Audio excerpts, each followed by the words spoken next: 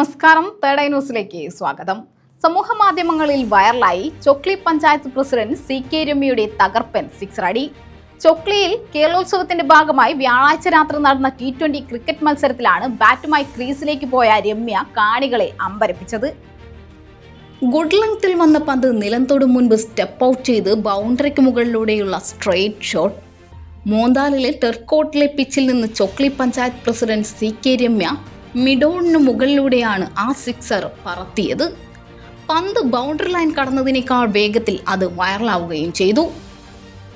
കേരളോത്സവത്തിന്റെ ഭാഗമായി ക്രിക്കറ്റ് മത്സരത്തിലാണ് ഈ രംഗങ്ങൾ നടന്നത്. ഉദ്ഘാടനത്തിനെത്തിയ പഞ്ചായത്ത് പ്രസിഡന്റ് ബാറ്റുമായി ക്രീസിലേക്ക് പോയപ്പോൾ അത്ഭുതങ്ങളൊന്നും ആരും പ്രതീക്ഷിച്ചിരുന്നില്ല. ആദ്യത്തെ ഫുൾ ടോസ് പന്ത് തന്നെ അതിർത്തി കടത്തിയതോടെ ഗ്രൗണ്ടിലെ അമ്പരപ്പ് ആവേശത്തിന് വഴിമാറി.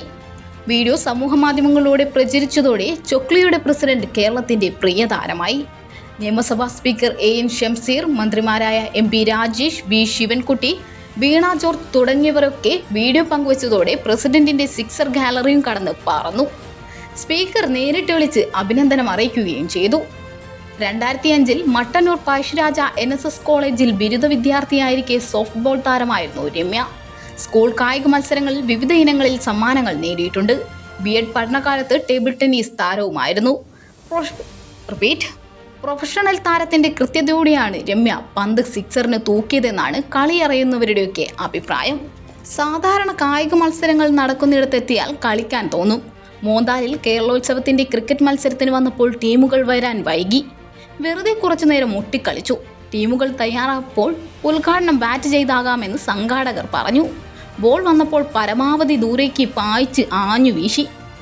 ഇത്രമാത്രം വൈറലാകുമെന്ന് പ്രതീക്ഷിച്ചില്ല. പലരും വിളിച്ച് നേരിൽ കണ്ടും അഭിനന്ദിക്കുമ്പോൾ പെരുത്തു സന്തോഷം തോന്നുന്നുവെന്ന് CK രമ്യ പറയുന്നു.